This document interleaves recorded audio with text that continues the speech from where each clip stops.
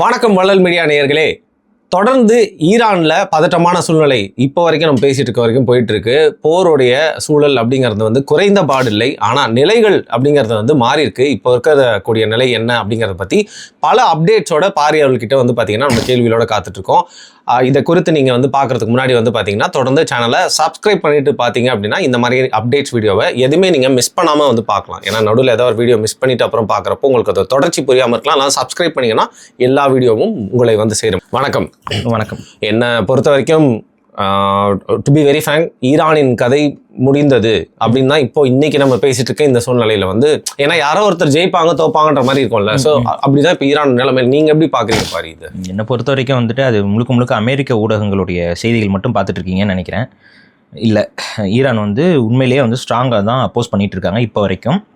எடுத்துக்காட்டுக்கு நீங்கள் இஸ்ரேல் வந்து ஈரான் மேலே தாக்குதல் நடத்துறது அதிகமாக தான் நடத்திட்டு இருக்கு.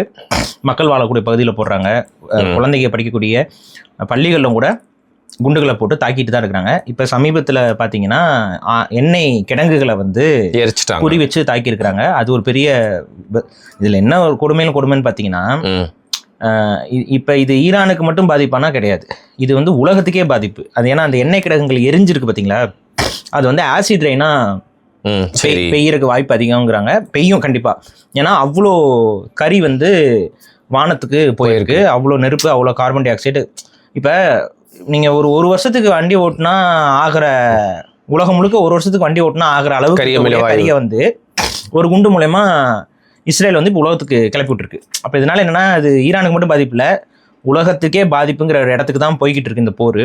இன்னும் நான் சொன்னது போல் இந்த போர் வந்து 3ஆம் உலக யுத்தமாக மாறுவதற்கான வாய்ப்பையும் ஒவ்வொரு நாளும் இன்க்ரீஸ் ஆகிட்டே தான் இருக்குது. இப்போ சமீபத்தில் பார்த்தீங்கன்னா ஈரான் வந்து அவங்களுடைய பக்கத்தில் இருக்கக்கூடிய நாடுகள் ஒவ்வொன்றையும் அடிச்சுட்டு இருந்தாங்க. அதோடைய வீரியத்தை வந்து கொஞ்சம் குறைச்சிருக்காங்க. அவங்களே அதை சொல்லியிருக்காங்க, நாங்கள் வந்து கொஞ்சம் வீரியத்தை குறைச்சி இது பண்ணுறோம். நடுவில் என்ன சொன்னாங்கன்னா, நாங்கள் தாக்குதலை நிப்பாட்டுறோம் அப்படின்னாங்க, நாங்கள் நிப்பாட்டிடுறோம் அப்படின்னாங்க. திரும்ப நீங்கள் தாக்குனீங்கன்னா நாங்கள் தாக்குவோம்னு சொல்லியிருந்தாங்க. என்ன நடந்துச்சுன்னு தெரில. தாக்குதல் நிப்பாட்டேன்னு சொன்னாங்க. பட் இன்னைக்கு காலையில் வரைக்குமே சில தாக்குதல்கள் அங்கங்கே நடந்ததாக சொல்கிறாங்க. இப்போ சமீபத்தில் பெஹ்ரைனில் வந்துட்டு ஒரு பெரிய தாக்குதலை வந்து ஈரான் நடத்தியிருக்கு. அதில் வந்து பார்த்தீங்கன்னா பெஹ்ரைனுடைய ஆயில், அவங்களோட எண்ணெய் வளங்கள்ங்கும் போது இவங்களோட எண்ணெய் வளங்கள் எப்படிலாம் உடைக்கிறதுங்கிறது ஈரானும் பண்ண ஆரம்பிச்சிருச்சு. சரி. ஸோ இது நடந்துட்டு இருக்கு. ஸ்ட்ரெய்ட் ஆஃப் ஹர்முஸ் வந்து இன்னைக்கு வரைக்கும், இப்போ வரைக்கும் பேசிட்டு இருக்க நேரம் வரைக்கும், இப்போ நம்ம என்னைக்கு பேசுகிறோம், செவ்வாய்க்கிழமை பேசிகிட்டு இருக்கோம். அப்போ நாளைக்கு இந்த காணொலி வந்துடும். ஸோ இப்போ வரைக்குமே வந்து பார்த்தீங்கன்னா ஸ்ட்ரெய்ட் ஆஃப் ஹர்முஸ் வந்து ஈரானுடைய கட்டுப்பாட்டில் தான் முழுமையாக இருக்குது. இதில் செய்தி என்னென்னா, ஈரான் தரப்பில் இதில் இன்னொன்று என்னென்னா, நிறையா ஃபேக் மெசேஜஸ்ஸு, நிறைய ஃபேக் நியூஸும் வந்து இணையம் முழுக்க பரவுது. அதை வெரிஃபை பண்ண என்ன மாதிரி சொல்கிறீங்க? ரெண்டு தரப்புலேருந்தே, அமெரிக்க தரப்புலேருந்துமே நிறையா வந்து இதை செஞ்சிட்டோம், அதை செஞ்சிட்டோம், இவரை கொண்டுட்டோம், அவரை கொண்டுட்டோம், சுப்ரீம் லீடர் 2வது சுப்ரீம் லீடரையும் போட்டு தெரியாச்சு, இந்த மாதிரி செய்திகள் வந்துகிட்டு இருக்கு. அவரோட குடும்பத்தை வந்து இது பண்ணியாச்சுன்னு. இந்த பக்கம் பார்த்தீங்கன்னா இவங்களும் வந்துட்டு அந்த அப்ரஹாம் லிங்கன் போர்க்கப்பலை வந்து நாங்கள் மூழ்கடிச்சிட்டோம், அது இதுன்னு இந்த பக்கமும் நிறைய ஃபேக் நியூஸ். இப்போ என்னன்னா, அப்ரஹாம் லிங்கன் அந்த போர்க்கப்பல், ஒரு விமானம் தாங்கி போர்க்கப்பலோடைய இன்வெஸ்ட்மெண்ட்டு, அதில் இருக்கிற சோல்ஜர்ஸோடைய டெக்னாலஜியும் ஒன்று, சோல்ஜர்ஸோட எண்ணிக்கையும் வந்து ரொம்ப அதிகமாக இருக்கும். 5000-6000 இருப்பாங்க உள்ள. அப்போ அத்தனை படை வீரர்களை கொண்டு இருக்கக்கூடிய ஒரு அந்த க்ரூவாக இருக்கும். இப்போ அந்த கப்பலை வந்து மூழ்கடிக்கிறாங்க அப்படின்னா அதோடைய உயிரிழப்பு அதிகமாக இருக்கும். இது ஒரு பெரிய இது.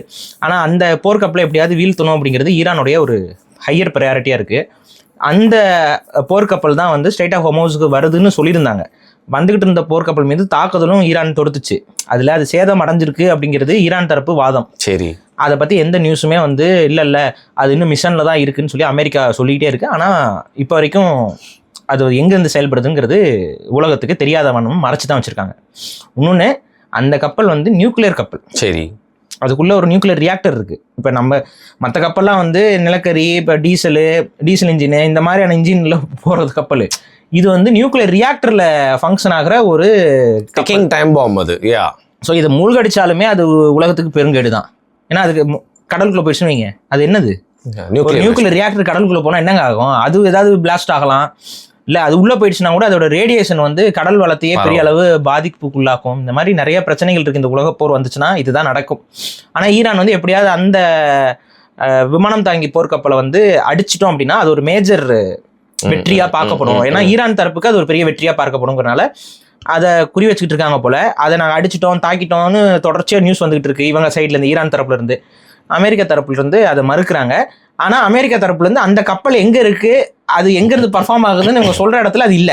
வேற போட்ஸை பத்தி ரிவீல் பண்ண மாட்டாங்க. அப்ப அது ஏதோ ஒரு சேதாரம் ஆயிருக்கு, அதனால அதை வந்து அனுப்பிட்டாங்க அப்படிங்கிற மாதிரி சொல்றாங்க.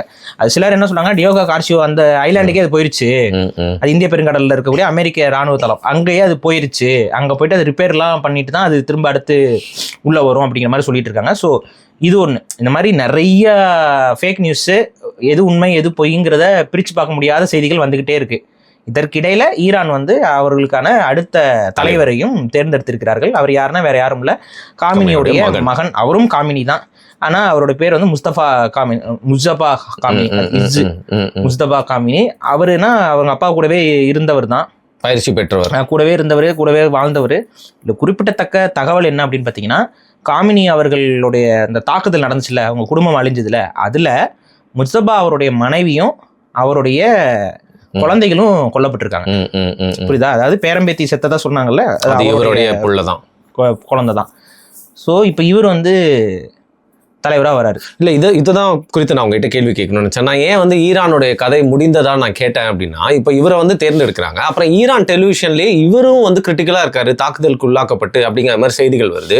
ஸோ ஏர்ஃபோர்ஸ் வந்து பார்த்தீங்கன்னா நியூட்ரலைஸ் பண்ணிட்டாங்க, கிரவுண்ட் ஃபோர்ஸஸ் வெளில போய் செயல்பட முடியல, நேவியோட பெரிய ஃப்ளீட்ஸ் வந்து முடிச்சிட்டாங்க, மிசைல்ஸோட எண்ணிக்கை அவங்க இவ்வளோ நாள் வந்து பார்த்தீங்கன்னா மிசைல்ஸ் உங்களுக்கு தெரியும் ஈரான் ரொம்ப நாளாக வந்து ப்ரொடக்ஷன் பண்ணிட்டு இருந்தாங்க. பட் இப்போ ப்ரொடக்ஷன் எங்கெல்லாம் பண்ணுறாங்களோ அந்த இடத்துல வந்து அடிச்சாச்சு, மிசைல்ஸோட நம்பரும் கம்மியாயிட்டு இருக்கு, ட்ரோன் தாக்குதல் மட்டுமே நடத்திட்டு இருக்காங்க. அப்ப ஏற்பட்ட சூழ்நிலையில நீங்க எப்படி சொல்றீங்க இன்னும் ஈரான் வந்து ஒரு நம்ம இதுக்கு முன்னாடியே ஒரு காணொலி போட்டிருந்தோம், ஸ்ட்ராட்டஜி, ஈரானோட ஸ்ட்ராட்டஜி, இஸ்ரேலோட ஸ்ட்ராட்டஜின்னு நம்ம பேசியிருந்தோம். அதில் ஈரானோட ஸ்ட்ராட்டஜி என்னன்னு பார்த்தீங்கன்னா, ஆரம்பத்திலே சொன்னேன், ரொம்ப மலிவான மிசைல்ஸை தான் அவங்க அனுப்பிக்கிட்டே இருக்கிறாங்க. பெரிய லெவல் மிசைல்ஸை அவங்க எடுத்து பயன்படுத்தவே ஆரம்பிக்கல, இனிமே தான் அவங்க ஆரம்பிப்பாங்க. இப்போ அவங்க இது வரைக்கும் அனுப்பிச்சதெல்லாம் அவங்களுடைய ப்ரீவியஸ் டெக்னாலஜி. பேசிக்காக என்னன்னா, பழச எல்லாத்தையும் இந்த மாதிரி போர்களில் தான் போட்டு கழிக்கணும். அதை வச்சுக்கிட்டு இருக்கனால எந்த பயனும் கிடையாது. அதை பாதுகாக்கிறதுக்கு ஒரு இடத்த வச்சுக்கிட்டு அதை இடத்த அடைச்சிக்கிட்டு இந்த கணக்கு தான். ஸோ பழைய டெக்னாலஜி, அதாவது அவங்களுடைய 20 வருஷத்துக்கு முன்னாடி 15 வருஷத்துக்கு முன்னாடி இருக்கக்கூடிய டெக்னாலஜியில் தயாரித்த மிசைல்ஸ் எல்லாத்தையும் இப்போ போட்டுட்டாங்க. இதை எதுக்கு அவங்க போட்டாங்கங்கிறது வந்து உலக அந்த போர் முறைகளை பற்றி ஆய்வு செய்யக்கூடிய நிறைய ஜேர்னல்ஸ் இருக்கு, அதுல இருக்கக்கூடிய சில முக்கியமான ரிட்டையர்டு அதிகாரிகள்லாம் அவங்க எழுதுறாங்க இந்த த்ரெட்ஸ்லாம். அதுல நம்ம படிக்கும்போது என்ன அவங்க சொல்றாங்க அப்படின்னா, இது ஆக்சுவலா மேப்பிங் பண்றாங்க. ஈரான் வந்து அவங்களுக்கு சுற்றில இருக்கக்கூடிய பேசஸை மேப்பிங் பண்றதுக்கு தான் அவங்களுடைய மலிவான பாக்குறாங்க. அப்ப அதெல்லாம் பேசிக்கா என்னன்னா, எல்லா பக்கமும் மிசைல் அடிக்கிறது. இப்போ எல்லா பக்கம் மிசைல் அடிக்கும்போது எந்தெந்த மிசைலை அவங்க இன்டரப்ட் பண்றாங்கன்னு பாக்குறது. அப்ப எந்தெந்த இடத்துல இன்டரப்ஷன் நடக்குதோ அந்த இடம்ல ரெட் ஜோன்ஸ், அங்க நீங்க எந்த மிசைல போட்டாலும் அவன் அடிச்சிருவான். எந்த இடத்துல எல்லாம் இன்டர்செப்டை மீறி அங்க மிசைல்ஸ் போதோ அந்த இடம்லாம் வந்து கிரீன் ஜோன், இவங்களால ஈஸியா அங்க தாக்குதல் நடத்த முடியும்.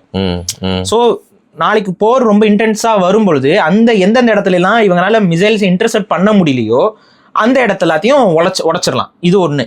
ரெண்டாவது, ஈரான் இது வரைக்கும் காய் நகர்த்தினது, இது வரைக்கும் சக்சஸ்ஃபுல்லா தாக்கி இருக்கிறது அத்தனையுமே நீங்க பாத்தீங்கன்னா ரேடார்ஸ். இந்த ரேடாருங்கிறது எதுக்கு பயன்படும் அப்படின்னு பார்த்தீங்கன்னா, உங்களுக்கே தெரியும், விமானத்தை வந்து எக்கோலொகேஷனுக்காக தான் அது பயன்படுத்தப்படும். அந்த விமானம் ஒன்று வருதா போகுதாங்கிறத ரேடார் மூலியமா கண்காணிக்க முடியும். அமெரிக்காவுடைய சில விமானங்கள் வந்து ரேடார் தொழில்நுட்பத்துக்கு அப்பாற்பட்டது, அது வந்து அதை கண்காணிக்க முடியாது. அப்போ ஸ்டெல்த் சொல்லுவாங்க, ஸ்டெல்த் பாம்பர்ஸ், ஸ்டெல்த் ஃபைட்டர் ஜெட்ஸ்லாம் அவங்ககிட்ட இருக்குது, ரஷ்யா கிட்டும் இருக்குது. ஈரான் வந்து விமான படைகளில் கொஞ்சம் காலத்தால் பின்தங்கி தான் இருக்கு, இதுதான் உண்மை, இதை எடுத்துக்கணும். ஆனால் ஈரானுக்கு சப்போர்ட்டிவாக இருக்கக்கூடிய நாடுகள் வந்து இப்போ சீனாவை எடுத்துக்கோங்க, இல்லை இப்போ ரஷ்யாவை எடுத்துக்கோங்க, இவங்கெல்லாம் வந்து விமான தளத்திலையும் வந்து ரொம்ப ஸ்ட்ராங்காக இருக்காங்க. உதாரணத்துக்கு நீங்கள் சொல்லக்கூடிய அந்த ரேடாரை உடைக்கிறதுக்கான சர்வேலன்ஸ் சீனா தான் கொடுத்துருக்கோங்கிறது வெளிப்படையாக சொல்லினாலும் அவங்க தான் கொடுத்துருப்பாங்க, சேட்டலைட் சர்வேலன்ஸ் கொடுத்துருக்காங்கிற மாதிரி சொல்கிறாங்க. ஸோ இப்போ அதை பயன்படுத்தி இன்னைக்கு வந்து தாக்குதல் நடத்தப்பட்டிருக்குது பல. இதில் ஒன்று ஈரான் மட்டும் தாக்கல, ஹிஸ்புல்லா அமைப்பு வந்து பார்த்தீங்கன்னா இஸ்ரேலில் இருக்கக்கூடிய பெய்ட் ஷமாஸ் அப்படின்னு சொல்கிற ஒரு ஊர், அந்த ஊரில் இருக்கக்கூடிய இன்னொரு ரேடாரை வந்து ஹிஸ்புல்லா அமைப்பும் தாக்கி உடைச்சிருக்காங்க. ஸோ இப்போ இவங்களுக்குள்ள அந்த கோஆர்டினேட்டட் அட்டாக்ஸ்லாம் எப்படி நடக்குதுன்னு பார்த்தீங்கன்னா, முதல்ல வந்து அவங்க பரவலான ஏவுகணை தாக்குதல் அங்கங்கே போடுறாங்க. அதன் மூலிமா எங்கெங்கெல்லாம் வந்து ஓப்பன் ஸ்பாட்ஸ் இருக்கு, அதாவது எங்கெங்கெல்லாம் இவரால மிசைல வீக் ஸ்பாட்ஸ் இருக்குங்கிறத கண்டுபிடிக்கிறாங்க. மேப்பிங் இதுக்கு என்ன பண்றாங்கன்னா, பழைய காலத்து மிசைல்ஸ் எல்லாத்தையும் போட்டு பழைய கால மிசைல் எல்லாமே கழிச்சு கட்டுறாங்க. இது ஒண்ணு. அடுத்து வந்துட்டு ரேடார்களை குறி வச்சு உடைச்சிருக்காங்க. இதில் வந்து சக்ஸஸ்ஃபுல்லாக தான் ஈரான் வந்து இப்போ வரைக்கும் தாக்குதல் நடத்திட்டு இருக்கு. இப்போ அமெரிக்கா வந்து என்ன சொல்லுச்சு, நாங்கள் வந்து பார்த்தீங்கன்னா சில நாட்கள்லேயே இந்த போரை நாங்கள் முடிச்சிருவோம் அப்படி இப்படின்னு சொன்ன அமெரிக்கா இன்னைக்கு லேண்ட் இன்வேஷனை பற்றி பேச வேண்டிய அவசியம் என்ன வந்துச்சு? என்ன இருக்குல்லங்க, என்ன இருக்கு, அது என்ன இருக்குங்க? இப்போ லேண்ட் இன்வேஷன் பண்ணா அமெரிக்காவுக்கு இன்னும் எவ்வளவு பெரிய தலைவலி தெரியுமா? ஈராக்ல நடந்த மாதிரி ரொம்ப ப்ரொலாங் பண்ணி ஆப்கானிஸ்தான் பல நாட்கள் இது நடக்கும். அப்ப அமெரிக்காவுடைய பொருளாதாரம் பெரிய அளவுக்கு கேள்விக்குறியாக்கப்படும். அங்க இருக்கக்கூடிய மக்களுடைய எதிர்ப்புங்கிறது அதிகரிக்கும். ஆனா அதையும் மீறி அமெரிக்கா வந்து இது வந்து நாங்க செய்யறதுக்கு தயாரா இருக்கோங்கிற ஒரு இடத்துக்கு நகர்றாங்கல்ல, அப்பதான் நீங்க என்ன பார்க்கணும்னா ஈரான் அவங்களுடைய செயல்பாடு தெளிவாக இருக்கிறது. இன்னொன்னு, நீங்க பேச்சுவார்த்தைக்கு தயாரா இருக்கீங்களான்னு சொல்லிட்டு உலக அளவுல கேள்விகள் வந்து ஈரான் மேல முன்வைக்கப்பட்டுச்சு. அப்ப ஈரான் தரப்புல இருந்து சொல்ற எல்லாருடைய ஸ்டேட்மெண்ட்டும் ஒன்னாதான் இருக்கு. பேச்சுவார்த்தையில் இருந்த எங்க மேலதான் நீங்க தாக்குதலே நடத்தினீங்க. பேச்சுவார்த்தையில் இருக்கும்பொழுது நீங்க என்ன சொன்னீங்க, அமெரிக்கா வந்து அமைதி விரும்புது அதுன்னு சொல்லிவிட்டு கடைசியில வந்துட்டு பேச்சுவார்த்தையில் இருக்கவே நீங்க வந்து தாக்குதலை நடத்தினீங்க. அது ஒரு தரப்பு. இன்னொன்று வந்து இப்போ இந்தியாவில இருந்து ஒரு ஆயுதம் தாங்காத போர்க்கப்பல் பயிற்சிக்கு வந்துட்டு போச்சு பாத்தீங்களா? ஆமா, அது தாக்கப்பட்டதும் அளவுல ஒரு பெரிய ஒரு இலங்கைக்கு ஒரு பெரிய அழுத்தம் கொடுத்தாங்க தெரியும்ல. அதுக்கப்புறம் அமெரிக்கா ஆமா, ஏன்னா இலங்கை அப்கோர்ஸ் வந்து ஈரானுக்கு நாங்க தான் சப்போர்ட் பண்றோம் முட்டு கொடுக்குறோங்கிற கான்செப்ட்ல அவங்க வந்து தங்களை வந்து ரொம்ப பெரிய ஒரு இதா காட்டிக்கிற மாதிரி. பேசிக்கா என்னன்னா இலங்கை வந்து இன்னைக்கு சீனாவுடைய டோட்டல் கண்ட்ரோல்ல இருக்கு. இப்ப அவங்கள பொறுத்த வரைக்கும் என்னன்னா சீனாவுக்கும் நமக்கும் அந்த ரிலேஷன் வந்து எக்காரணத்துக்கு உடஞ்சிடக்கூடாது. அப்ப நம்ம அமெரிக்கா தரப்புல நம்ம எதுவுமே செயல்பற்றக்கூடாதுங்கிறதுல இந்த முறை வந்து இலங்கை வந்து ரொம்ப தெளிவா இருக்காங்க. சரி, அப்ப சீனா கவர்மெண்ட் என்ன சொல்லுமோ அதை தான் இலங்கை அரசாங்கம் சொல்லிக்கிட்டு இருக்காங்க. ஸோ அமெரிக்காவுக்கு எதிரான ஸ்டாண்ட் எடுக்கிறது தான் இலங்கையோட இதாக இருக்கு. ஆனால் அதே டைம்ல முழுமையாகவும் எடுக்க முடியாது. அப்போ ஒரு மாதிரி ஒரு நியூட்ரலான ஒரு இதில் வந்துட்டு நாங்கள் உதவி செய்ய போகிறோம், நான் வந்து ஈரான் கப்பலை வந்து காப்பாற்றுறோம் அப்படிங்கிறது. ஆனால் இந்தியா தான் இந்த இடத்துல வந்து ரொம்ப டைட்டாக மாட்டிக்கிச்சு. ஏன்னா இந்திய பெருங்கடல்ல ஒரு தாக்குதல் நடக்குது, இந்தியானால ஒரு ஸ்ட்ராங்கான ஃபேமான ஒரு சே கூட இல்ல நம்மளால எவ்வளவு பெரிய கண்ட்ரி இருக்கு. அதுல இன்னொரு கொடுமை என்னன்னா அவங்க நம்ம இந்தியாவுக்கு வந்துட்டு தான் ரிட்டர்ன் ஆறாங்க. அது பேசிக்கா என்னன்னா இப்போ நம்ம வீட்டுக்கு ஒருத்தர் கெஸ்டா வராரு, வேற எங்கேயோ சண்டை நடக்குது, நம்ம வீட்டுல இருந்து ஒருத்தர் கிளம்பி போறாரு, உடனே அவரை தாக்குறாங்க, அதுவும் நம்ம வீட்டு வாசல் பக்கத்திலேயே கொஞ்சம் அடிக்கிறாங்கன்னு வைங்களேன். இல்லைங்க அவர் ரோட்டுக்கு போயிட்டாரு, ரோட்ல தாங்க இருந்தாரு அவரு, வீட்டு எங்க வீட்டுக்குள்ள வந்தா நான் கேள்வி கேட்பேன், அவர் ரோட்டுக்கு போயிட்டாருங்க, அவர் அடிபட்டா நான் என்னங்க பண்ண முடியும்னு பேசினா எப்படி இருக்கும்?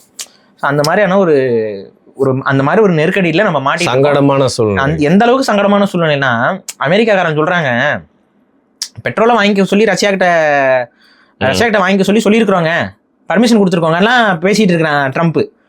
ஆனா அதை எதிர்த்து ஏதாவது இங்க பேச முடியுதா? கமல் மிரட்டினாரு ட்ரம்ப் தெரியுமா? கமல் ட்வீட் போட்டு அனுப்புற. கமல் மிரட்டுறது ஓகே, ஆனா கமல் மிரட்டுறதால ட்ரம்ப்புக்கு வந்து எந்த பாதிப்பும் கிடையாது. யார்ப்பா நீண்டு போயிடுவாப்ல, நான் புஷ்ஷா நடிச்சவன் அப்படின்னு சொல்லிட்டோம். ஆனா இங்க வந்து உங்களுடைய விருப்பத்துக்கெல்லாம் நாங்க வந்து செயல்படலைங்கிறத இந்தியா தரப்புல இருந்து ஒரு ஸ்ட்ராங்கான ஒரு வாய்ஸ் அவுட் இருக்கும்ல, இல்லவே இல்லையே. இதுதான் இங்க கேள்விக்குறியாகுது. இது ஏன் அமெரிக்காவுக்கு நம்ம எவ்வளவு பயந்து போகணுமா? அப்ப இந்த பிராந்திய அரசியல்ல வந்து ஏதோ ஒரு சிக்கல்ல வந்து பாஜக அரசாங்கம் பெரிய அளவு சிக்குது. ஸோ இதுதான் இப்போ இங்கே வருதுக்கு. அது உங்களுக்கே தெரியும், எப்ஸ்டீன் ஃபைல்ஸ் வந்ததுலேருந்தே இவங்களுடைய செயல்பாடுகள் வந்து அப்படியே பல்ட்டி அடிச்ச மாதிரி தான் இருக்குது. இப்போ பாருங்க, இது இந்தியாவோட இறையாண்மைக்கே வைக்கக்கூடிய சவால் இல்லையா? நாங்கள் தான் இந்தியாவுக்கு வந்து பர்மிஷன் கொடுத்துட்டோம், அசிங்கமா இருக்குல்ல. அது ஒரு மாதிரி இது எப்படி முட்டு கொடுத்துட்டு இருக்கிறாங்கன்னே எனக்கு புரியல. இது வந்து இல்லைங்க, அது வந்து ட்ரம்ப் அவருடைய அரசியலை தக்க வச்சுக்கிறதுக்காக பேசுறானா, அது நம்மள அசிங்கமா பேசணுமா? அது நம்ம தேசபக்தி ஃபுல்லா துரந்தர் 2 வரதுக்காக வெயிட் பண்ணிட்டு இருக்காங்க ப்ரோ. அப்புறம் காட்டி துரந்தர் வரும்போது பாகிஸ்தான் கிட்ட மட்டும் தான் தேசபக்தியை காட்டணும். அமெரிக்கா வந்து எவ்வளவு கேவலமா பேசினாலும் அப்படியே தொடச்சிட்டு போயிடணும். வெளிப்படையா அமெரிக்கா வந்து இது சரி, ட்ரம்ப் பேசுனதை விட்டுருங்க, துணை தூதர் வந்து இங்க பேசினாப்லையே, அமெரிக்க துணை தூதர் அவர் வந்து என்ன பேசியிருக்காருன்னா, சீனா கிட்ட செய்த தவிர நாங்க இந்தியா கிட்ட செய்ய மாட்டோம், சீனாவை நாங்க வளர விட்டுட்டோம், இந்தியாவை நாங்க வளர விட மாட்டோம்னு பேசியிருக்காருங்க. இந்தியாவில பேசியிருக்காரு, அதுக்கும் ஒரு எதிர்வினையும் இல்ல. சரி, அது கூட ட்ரம்ப் எங்கேயோ அங்க கொண்டு பேசிட்டு போறாரு, சரி ட்ரம்ப்புங்க அப்படின்னு சொல்லி கூட சொல்லலாம். இது என்னங்க துணை தூதர் வந்து இந்த அளவுக்கு வந்து ரொம்ப, அதுவும் இந்தியாவுக்குள்ள வந்துகிட்டு இந்தியர்கள் மத்தியிலேயே சீனாவை நாங்க வளர விட்டு தப்பு பண்ணிட்டோம், அந்த தப்பை நாங்க திரும்ப இந்தியாவில், இதெல்லாம் சத்தியமான உண்மை. மேபி சில சங்கி ஊடகங்கள் இதை பத்தி பேசாம கடந்து போகலாம், இல்லை அதை மறைச்சு மூழ்கடை இது பண்ணலாம். அது உண்மை, நீ தேடி வேணா பாருங்க. அப்படியே பேசியிருக்காப்ல, சீனா வளர விட்டோம் இந்தியா வளர விட மாட்டோம்னே பேசியிருக்காரு எங்க இந்தியாவுக்கு வந்துட்டு. இதெல்லாம் வந்து எப்படி ஒரு இதுதான் உறவா? ஒரு 2 நாடுகளுக்குள்ள உறவை பேணுதல்ங்கிறது இதுதானா? இப்போ கொஞ்ச நாளைக்கு முன்னாடி என்ன சொன்னாங்க, கச்சா எண்ணெய் இந்த பிரச்சனைகள் வந்து இந்தியாவில் எதிரொலிக்காது, நம்மக்கிட்ட வந்து போதுமான அளவு தேவைகள் இருக்கணும். ஆனால் பலரும் சொன்னது என்ன, எப்படிங்க இருக்க முடியும், உலகம் முழுக்கவே இது வந்து கச்சா எண்ணெய் பிரச்சனை வரதான் போகுது, ஃபியூல் பிரச்சனை வரதான் போகுதுன்னு சொல்லிட்டு இருந்தோம். இதான் வந்துருச்சு பெங்களூர்ல அந்த இவங்களோட இந்த ஹோட்டல் அசோசியேஷன் கமர்ஷியல் கேஸுக்கு வந்து தட்டுப்பாடு வந்துருச்சு. அதனால ஹோட்டல்ஸ் நடத்த முடியாத சூழல் உருவாகி வருதுன்னு சொல்லி அவங்க கேள்வி எழுப்பியிருக்காங்க. இங்க தமிழ்நாட்டில் என்ன சொல்லிட்டாரு ஒரு ஹோட்டல் ஓனரு, முக்கியமான உணவு வகைகள் மட்டும் தான் செய்ய போறோம், அந்த சைடு விஷயம்லாம் கம்மி பண்ண போறோம். ஸோ இங்கேயும் அது வந்து ஃபாலோ ஆகிறதுக்கான வாய்ப்பு இருக்கு. ஆமா, இதுதான் நடக்கும். போர்னு வந்துருச்சுன்னா நம்ம வாட்டு ஜாலியாக உட்காந்துட்டு ட்வீட் பண்ணிட்டு இருக்கிறது விஷயம் கிடையாது. பொருளாதார நெருக்கடி வர இப்போ ஃபர்ஸ்ட் கேஸுக்கு வருது, அதுவும் நம்ம வீட்டு கேஸுக்கு வரல, இன்னும் கமர்ஷியல் கேஸுக்கு வருது. காரணம் என்னன்னா, இந்தியன் பாலிசியை பொறுத்த வரைக்கும் மக்களுடைய தேவைக்கு போகத்தான் வணிக தேவைக்கு கேஸ். அப்ப என்ன பண்ணிட்டாங்க, மக்கள் தேவையை ஃபுல்லா பூர்த்தி பண்ணு, கமர்ஷியல் தேவைக்கு இந்த மாதிரி வந்து கமர்ஷியல் கேஸ் இருக்குல்ல, அந்த கமர்ஷியல் கேஸுக்கு வந்து கொஞ்சம் கட்டுப்பாடு வச்சு அவங்களுக்கு ஒரு இதை கொடுன்னு சொல்லிட்டு இருக்கிறாங்க. இப்போ மக்கள் பயன்படுத்துகிற கேஸுக்குமே இப்போ கொஞ்சம் கட்டுப்பாடுகள் இருக்குது. அதாவது என்ன சொல்லியிருக்காங்கன்னா, ஒரு குறிப்பிட்ட டைம் பீரியடுக்குள்ளே நிறைய கேஸ் சிலிண்டர்ஸ் வந்து புக் பண்ணக்கூடாதுன்னு சொல்லி இப்போ வந்து உடனே ஸ்டாக் பண்ண ஆரம்பிப்போம்ல, எல்லாரும் வந்து டக்குன்னு வீட்டுக்கு 4-5 சிலிண்டர் எல்லாம் வாங்க ஆரம்பிச்சிட்டாங்கன்னா அது சிக்கலாயிருமேங்கிறனால என்ன பண்ணியிருக்காங்க, இப்போ 25 நாளைக்கு ஒரு சிலிண்டர் அப்படிங்கிற கணக்கில் மட்டும் தான் புக்கிங் பண்ண முடியும்னு மாற்றிருக்கிறாங்க. இப்போ இதெல்லாம் எதை குறிக்குது?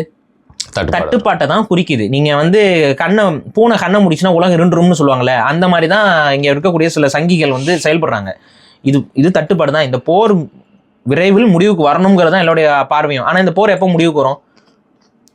அமெரிக்கா இறங்கினாதான் முடிவுக்கு வரும். ஈரான் சரண்டர் ஆனாதான் முடிவுக்கு வரும்ன்ற மாதிரி அமெரிக்கா சொல்லுது. ஈரான் சரண்டர் ஆகுறதுக்கு பல மாசங்கள் ஆகுங்க. சரி, அது வரைக்கும் அவன் வந்து வச்சிருந்தானா, இப்ப ஈரான் கிட்டே கழிச்சு கட்டுறதுக்கு அவ்வளவு இருக்குன்னா அமெரிக்கா கிட்ட எவ்வளவு இருக்கும் இல்லையா? உங்களுக்கு புரியல.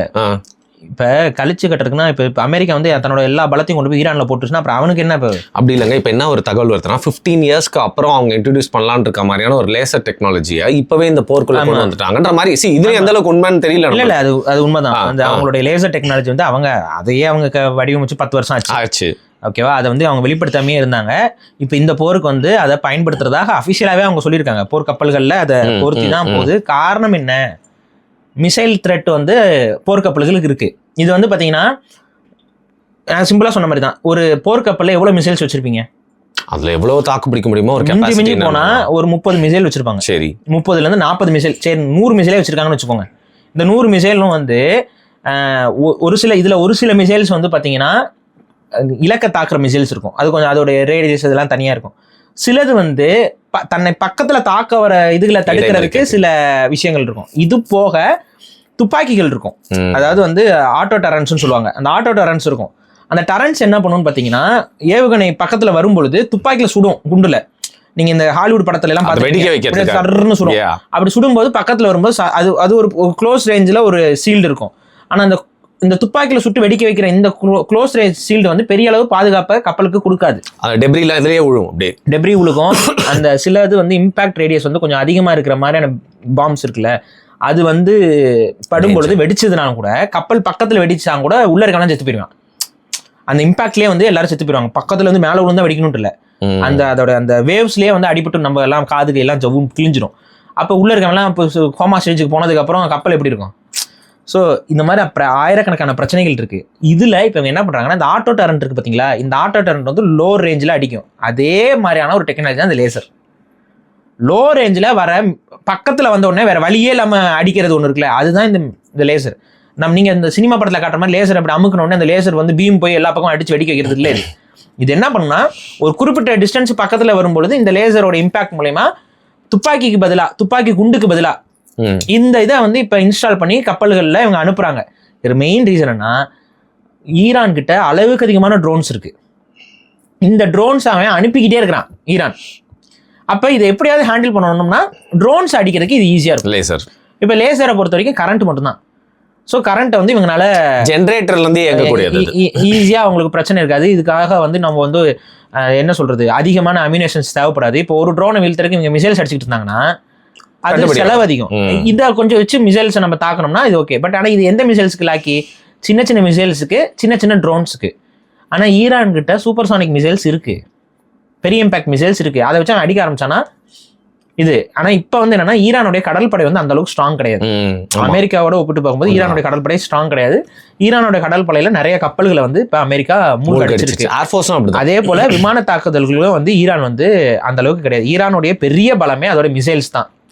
ஈரானுடைய இன்னொரு பெரிய பலம் அதோட ப்ராக்சி வார்னா சில அமைப்புகள். இப்ப எல்லா அமைப்புகளும் ஹிஸ்புல்லா, ஹைத்தி, அத்தனை அமைப்பும் இப்ப என்ன பண்ணிட்டு இருக்காங்க, இஸ்ரேல் மற்றும் அதுக்கு தேவையான பகுதிகள் எல்லாம் தாக்குதல் நடந்துகிட்டே இருக்கு.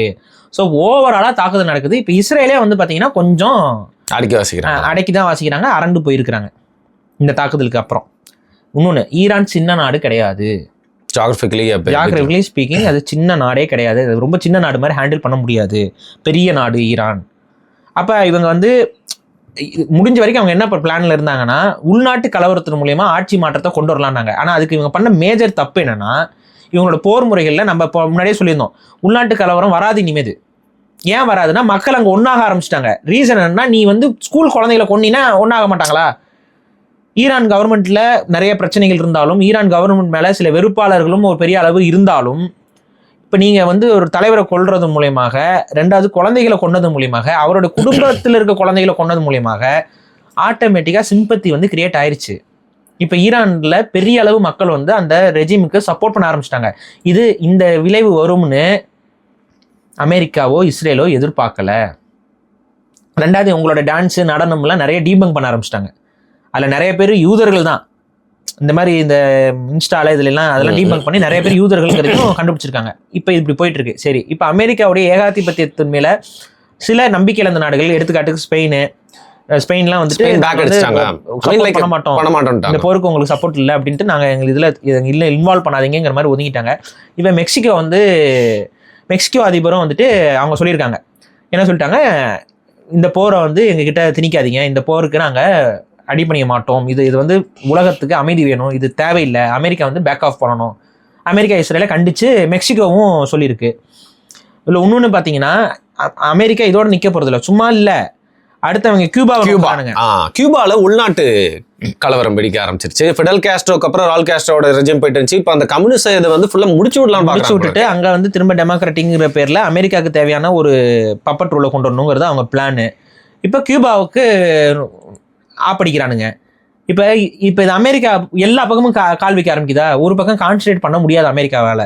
எல்லா பக்கமும் பாதுகாப்பின்மையாக அவங்க உருவாக்கிட்டு இருக்கிறாங்க. இல்லை அப்படி நீங்கள் பார்க்குறீங்க பாரு. இப்போ நேபாளில் இப்போ ரெஜிம் ஒருத்தர் வந்துருக்குல, அதுவும் அமெரிக்கன் பப்பேட்டு. பங்களாதேஷில் வந்திருக்கிறதும் அமெரிக்கன் பப்பேட்டு. ஸோ அப்படி இருக்கிறப்போ இது பீக் டைம் ஆஃப் அமெரிக்கா மாதிரி தான் எனக்கு பார்க்க. ஆமாங்க, நான் தான் சொல்கிறேன் இல்லைங்க, ஒரு இப்போ வெனிசுலாவிலேருந்து தங்க கட்டி எத்தனை எடுத்துகிட்டு போயிருக்காங்க பார்த்தீங்களா? அது அவங்களே வெளிப்படையாக காட்டுறாங்க. இது வந்து இன்னைக்கு மட்டும் நடக்கல. ஈராக்கோட நடந்த போர்லையும் அவங்க தங்க கட்டிகள் அப்படியே திருடிட்டு போனாங்க பார்த்தீங்களா? லிபியா, ஈராக் எல்லாம். இதெல்லாம் அமெரிக்கா வந்து ஒரு வெளிப்படையான திருடங்கிறத ஒவ்வொரு ஆண்டும் காமிச்சுக்கிட்டே இருக்கிறாங்க.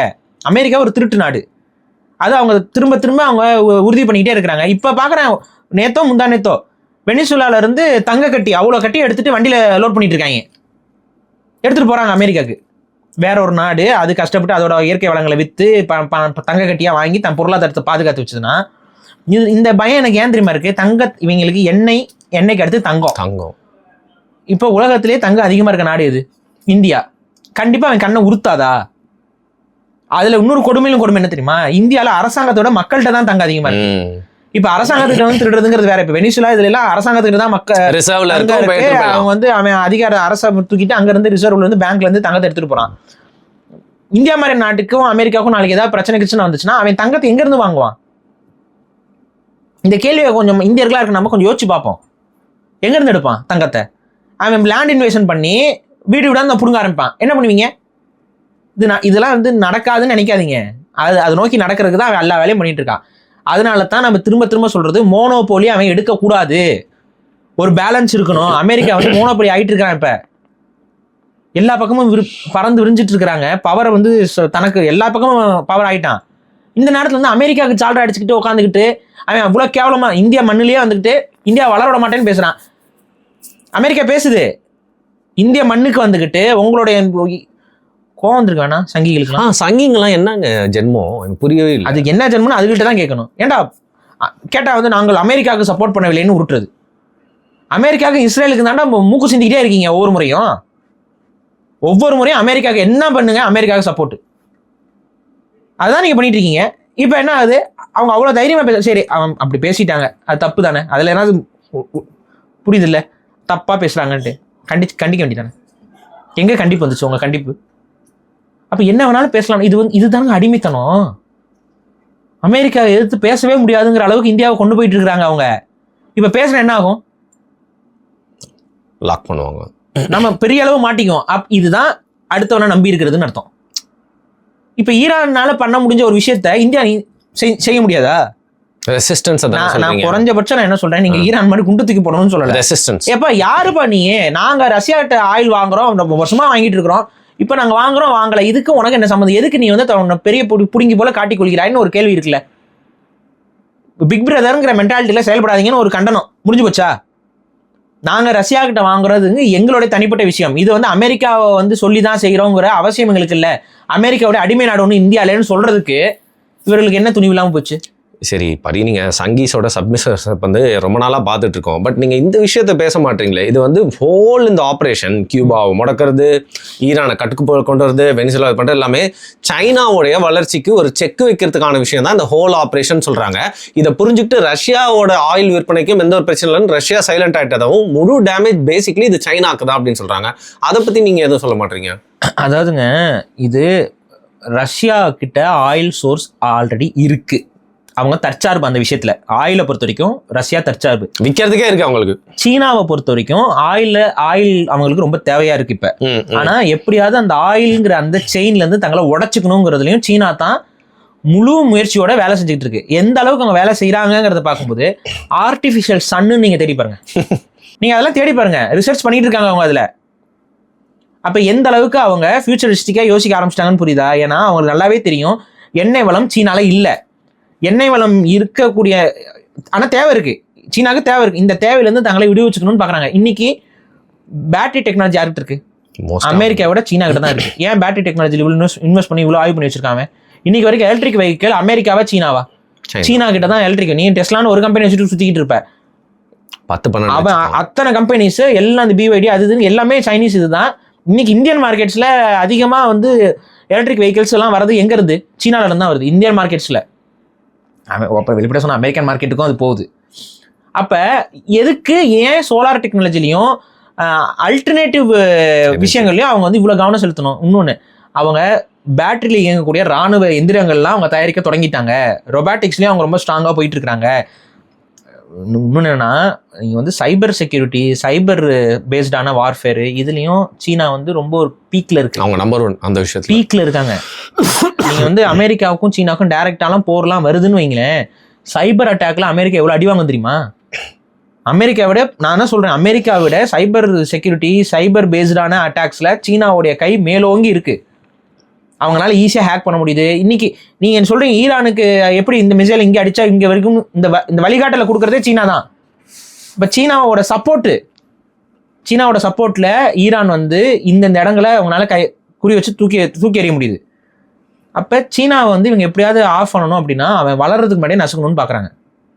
அவன் வந்து ஒரு இண்டிபெண்ட், அதாவது தற்சார்பு அடைஞ்சிடக்கூடாது எனர்ஜியில். இன்னைக்கு எண்ணெய் வள பாதையை நம்ம கட்டுப்படுத்துற வரைக்கும் இந்த குளோபல் பாலிடிக்ஸ் வேற மாதிரி. எண்ணெய் தேவையில்லைன்னு ஒரு இடத்துக்கு வருதுன்னு வைங்க சீனா, அதை கண்ட்ரோல் பண்ணவே முடியாதுல்ல. அப்போ இப்போதான் இதுதான் சான்ஸ். இன்னும் ஒரு 10 வருஷம் விட்டிங்கன்னா சீனா வந்து எனர்ஜியில் இந்த எண்ணெய் அவனுக்கு தேவையில்லைன்னு போயிடுவான். புரியுதுங்களா? இப்போ ஒன்றும் இல்லை, இப்போ கேஸ்லாம் லாக் பண்ணுறாங்க. இந்தியாவில் எவ்வளோ பேர் பாதிப்புள்ளாவாங்க. ஆனால் நம்மக்கிட்ட ஆல்டர்னேட்டிவ் இல்லையா? கொஞ்சம் யோசிச்சு பாருங்க.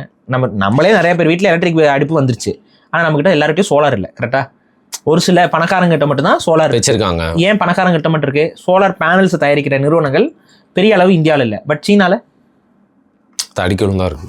இவ்வளோதான் விஷயம். ஸோ சீனாவை பொறுத்த வரைக்கும் இவங்களுடைய எண்ணெய் தேவை அவங்களுக்கும் இருக்குது. ஏன்னா ஹெவி மிஷினரிஸ்க்கெலாம் வந்துட்டு நீங்கள் எலக்ட்ரிசிட்டி இன்னும் பெருசாக வேலை இல்லை. ஸோ ஹெவி இண்டஸ்ட்ரி பேஸ்டான மிஷினரிஸ்க்கெலாம் அவன் தேவைப்படுது.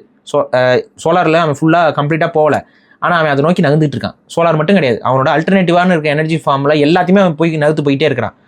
இந்த இடத்துல எப்படியாவது சீனாவை வந்து லாக் பண்ணணும் அப்படின்னா இப்போவே போகிற தொடங்கி இப்போவே வந்து அவங்களோட வளர்ச்சியை வந்து முடிவுக்கு கொண்டு வரணும்னு நினைக்கிறாங்க. ஆனால் நம்மளை பொறுத்த வரைக்கும் நமக்கும் சீனாவுக்கும் 1000 பஞ்சாயத்து புரிதல் போயிட்டுருக்கு. ஆனால் அமெரிக்காவுக்கு ஈக்குவலாக ஒரு பிராந்திய பகுதி இன்னொரு எதிர்ப்பு இருந்தா மட்டும்தான் அது ஒரு கூட்டு முயற்சியா இருக்கலாம். ஆனா அமெரிக்கா சொல்றது அப்படியே தலையாட்டுற கூட்டமாக இந்த உலகம் மாறுச்சு அப்படின்னா அதுதாங்க நியூ வேர்ல்ட் ஆர்டரு, அதாங்க ஒன் வேர்ல்ட் ஆர்டரு. அவன் அப்புறம் அவன் எப்படி மேலாதிக்க சிந்தனை இல்லாமல் இருப்பான்? இன்னைக்கு அமெரிக்கன்ஸுக்கிட்ட இருக்க மேலாதிக்க சிந்தனை என்ன? நாங்க தான் சூப்பர் மேசி அப்படிங்கிறது. ஏன்னா பாருங்க, இந்தியானால எதுவுமே பேச முடியாத இடத்துக்கு தள்ளுறாங்கல்ல.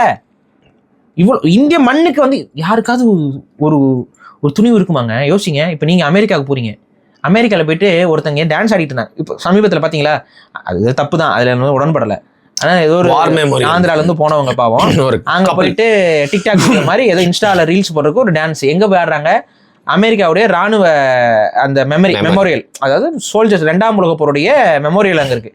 அங்கே போயிட்டு டான்ஸ் ஆடுறாங்க. அங்கே அந்த நாட்டுக்காக உயிர் திறந்தவங்களுடைய இது இல்லை. கொடுமையில கொடுமை என்னன்னா, 2ஆம் உலகப் போரில் அதிகமாக செத்தது யாருன்னு நினைக்கிறீங்க? இந்தியர்கள். 89,000 வீரர்கள் வந்து பிரிட்டிஷ் படைக்காக போயிட்டு இறந்துருக்கிறாங்க. இதில் வாலண்டியர், அதாவது என்ன சொல்லுவாங்கன்னா வாலண்டியராக கலந்துக்கிட்டு போய் செத்த கூட்டம் இந்தியர்கள் அப்படின்னு சொல்லுவாங்க. வாலண்டியராக இன்வால்வ் பண்ணணும், நம்ம போய் வாலண்டியராக இன்வால்வ் பண்ணோம். அவன் பிரிட்டிஷ்காரன் பயன்படுத்திக்கிட்டான். இந்திய ராணுவம் அவ்வளோ பெரிய இது இழப்பு இருக்குது. அவங்களுடைய சமாதிகளும் கூட அங்கே இருக்குது. இப்போ அங்கே போயிட்டு இவங்க டான்ஸ் ஆடுறாங்க, எந்த ஹிஸ்ட்ரியும் தெரியாமல். ஒட்டுமொத்த அமெரிக்கா என்ன பண்ணுது? டிபோர்ட் பண்ணிட்டாங்க. டிபோர்ட் பண்ணுறோன்னு சொல்லி முடிவெடுத்துட்டாங்க. டிபோர்ட் பண்ணிட்டாங்களான்னு தெரியல, இப்போ டிபோர்ட் பண்ணுறோன்னு முடிவெடுத்துட்டாங்க.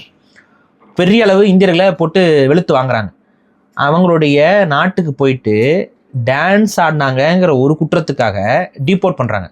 ஆனால் நம்மளுடைய நாட்டு தலைமைகள் மத்தியிலேயே வந்து உக்காந்துக்கிட்டு இந்தியாவை வளர மாட்டோம்னு மிரட்டிட்டு போறாரு ஒரு ஆள். எதிர்த்து நம்மளால ஒரு கண்டன குரலையும் கூட உயர்த்த முடியல அப்படின்னா அடிமைத்தனம்னா என்னன்னு நீங்க எனக்கு சொல்லுங்க, நான் கத்துக்கிறேன். அடிமைத்தனம்னா என்னன்னு நீங்க சொல்லிக் கொடுங்க. அடிமைத்தனம், அடிமைகளா நம்ம? குறைந்தபட்சம் வந்து நீ எப்படியா பேசலாம்னு கேட்குற அளவுக்கு கூட நமக்கு என்ன இல்லையா எதுவும்?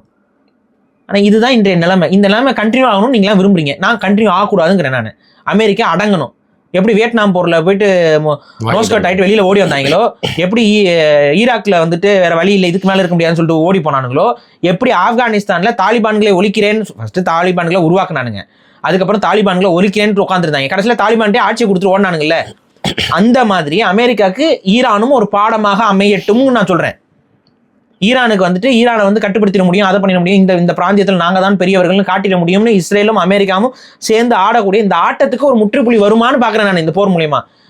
நீங்கள் எல்லாம் என்ன நினைக்கிறீங்கன்னா, ஈரானை வந்து அமெரிக்கா தாக்கி கண்ட்ரோலுக்குள்ள கொண்டு வந்துருவாங்கன்னு நினைக்கிறீங்க. கண்ட்ரோலுக்குள்ள கொண்டு வரக்கு வாய்ப்பு இருக்குது. ஆனால் அது ஓரிரு நாள் நடக்க போகிறது இல்லை, சில மாதங்கள் ஆகும். என்னை பொறுத்த வரைக்கும் ஒரு 5-6 மாதம் ஆகும். இப்போ 5-6 மாதத்துக்கு ஸ்ட்ரைட் ஆஃப் ஹார்மோஸ் வந்து லாக்கில் இருந்துச்சுன்னா எத்தனை நாளுங்க போர் நடக்குது? இப்போ ஆல்மோஸ்ட் ஆல்ரெடி கேஸ் பிரச்சனை தட்டுப்பாடு வந்துருச்சு. கொஞ்சம் யோசிச்சுக்கோங்க. அதனால நான் திரும்ப சொல்றது, உலக நாடுகள் போர்களை விரும்பாதீர்கள். போருக்கு எதிராகத்தான் உலக மக்கள் எல்லாரும் இருக்கணும். அமெரிக்காவில் இருக்கக்கூடிய மக்கள் அவங்க என்ன தெளிவா இருக்காங்க பாருங்க. நம்ம போர் இல்ல, இது போர் வேண்டான்னு சொல்லிட்டு இருக்காங்க. ஜெர்மனில இருக்கக்கூடிய மக்கள் இறங்கி வந்து இதை கொடுமை பாருங்க. ஜெர்மனில இருக்க மக்கள் இறங்கி வந்து ஈரானுக்கு சப்போர்ட்டா போறாங்க பேரணியா. நீங்க என்ன பண்ணுவாங்க? பேரணியா போறாங்க. நீங்க பண்ணது தப்பு, இதை செய்யாத, அமைதியை காக்கணும், உலகம் வந்து அமைதிக்கு திரும்பணும்னு பேரணி போக ஆரம்பிச்சிட்டாங்க ஜெர்மனியில. இதுதான் மக்கள், உலகம் முழுக்க மக்கள் வந்து தெளிவோட தான் இருக்காங்க. இதுல கொடுமையிலும் கொடுமை என்னன்னா, எல்லா நாடுகள்லையும் 2 தரப்பான நியூஸும் போயிட்டு இருக்கு. ஆனா இந்தியாவில் அமெரிக்கா தரப்பான நியூஸ் மட்டும் தான் வருது. ஈரான் தாக்குற எந்த செய்தியும் வரல. ஈரான் தரப்புல இருந்து தாக்குறாங்க, அது செய்தியே போட மாட்டேங்கிறாங்க. ஆனா அமெரிக்கா தரப்புல தாக்குதல் மட்டும் செய்தியாக்கிட்டே இருக்கிறாங்க. இந்த கப்பலை உடைத்து விட்டார்கள், இந்த இடத்தில் தாக்குதல் நடத்தி விட்டார்கள், எண்ணெய் கடங்கை சிதறடித்து விட்டார்கள்.